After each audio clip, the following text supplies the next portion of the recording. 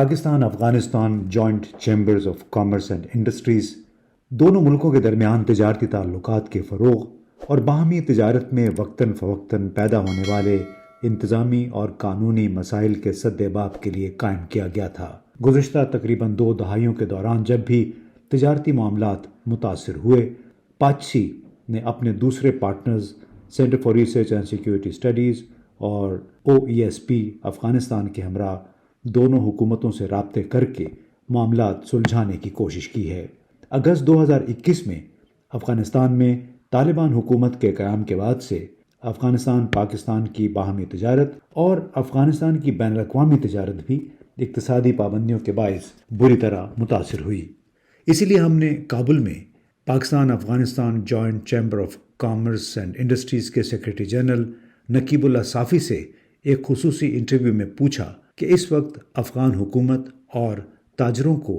بین الاقوامی کاروبار میں کیا مشکلات درپیش ہیں۔ جو ہماری افغانستان میں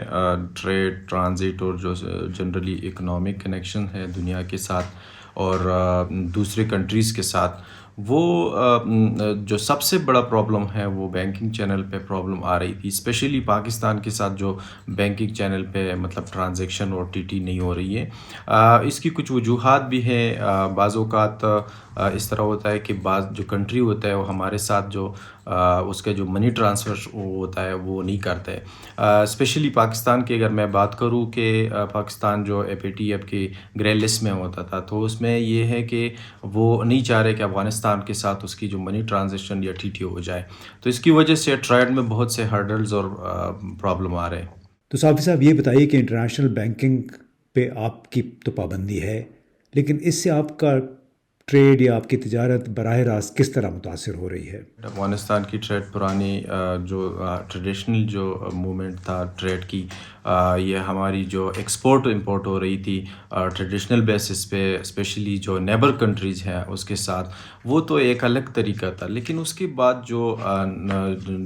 کرزئی صاحب کا اور اشرف غنی صاحب کا جو گورنمنٹ آ گیا اور ہماری ٹریڈ جو ہے وہ آفیشیل ہو گئی، اور ہماری ٹریڈ جو ہے ایک ایسی چینل پہ آ گئی جو آفیشیل چینل تھا ٹریڈ کا، تو اس کے لیے ضروری یہ ہے کہ ہماری جو ٹرانسفر ہوتی ہے، جو انٹرنیشنل جو منی ٹرانسفر ہوتی ہے، جو ہماری ٹریڈ اور ٹرانزٹ کی، وہ بینک تھرو بینک ہو جائے۔ تو اگر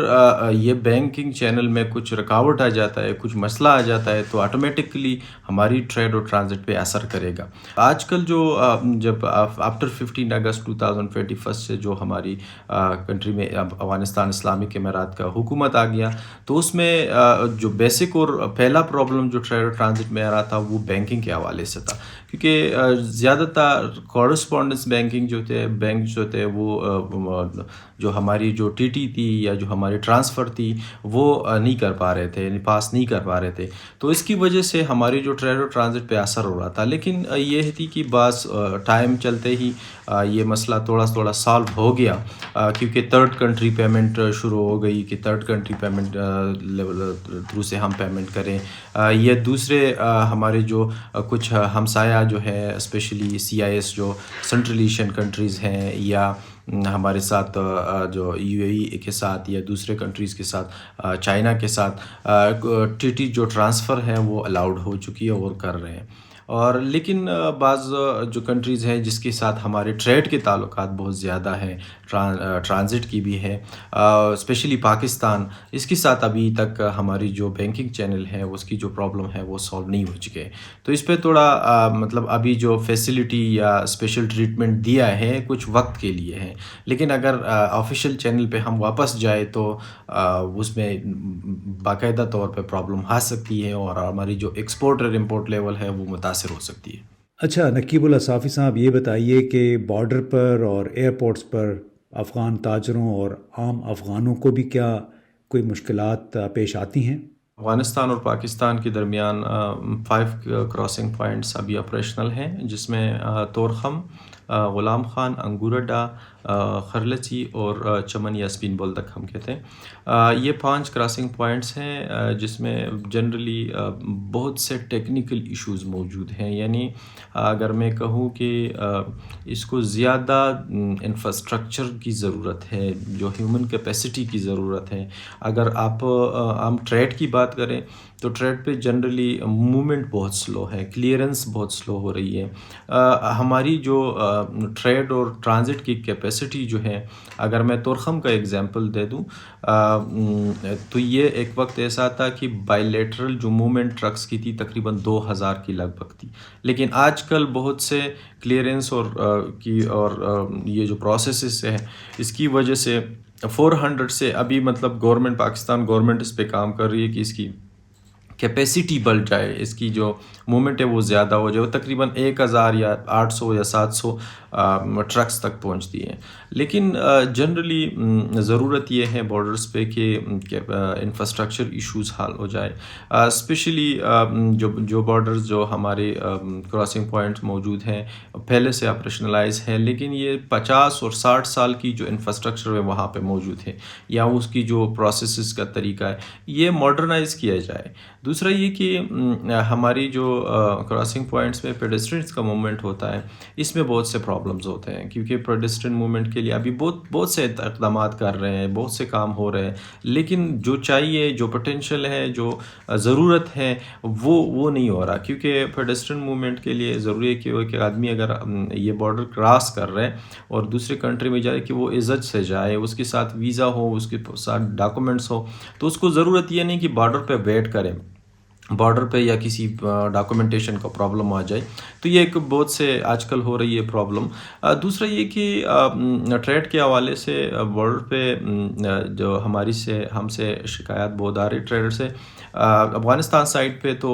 جو اللیگل ایکسٹورشن ہے یا پیسوں کا لینا ہے غیر قانونی طور پر, یہ ختم ہو چکا ہے. میں یقین سے کہہ سکتا ہوں تقریباً 95% ختم ہو چکا ہے. اگر 5% کوئی لیتا ہے تو وہ بھی مطلب ایک چپکے سے کسی جگہ پہ ہو جائے. لیکن پاکستان سائٹ پہ اگر ہم دیکھیں تو ہماری جو ٹرانسپورٹرز ہیں بار بار اس کی شکایت آتے ہیں کہ پاکستان سائٹ پہ جو اتھارٹیز ہیں یا اتھارٹیز کے نمائندے ہیں یا عام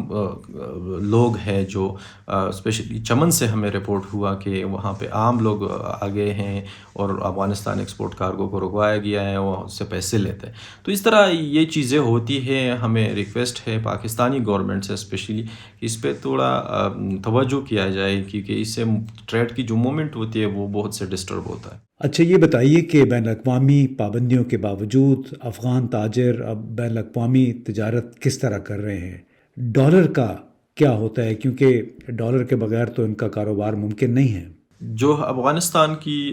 اسپیشلی جو ٹریڈ کی جو کنیکشنز تھی وہ تو مطلب یورپ, امریکہ اور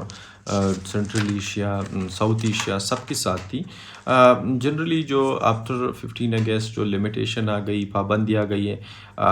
جنرلی افغانستان پہ پابندی نہیں ہے, شاید گورنمنٹ کی ریکگنیشن پہ پرابلم ہے, تو اس میں تھوڑا فرق ہے. جو بینکنگ چینل کے حوالے سے اسپیشل وہ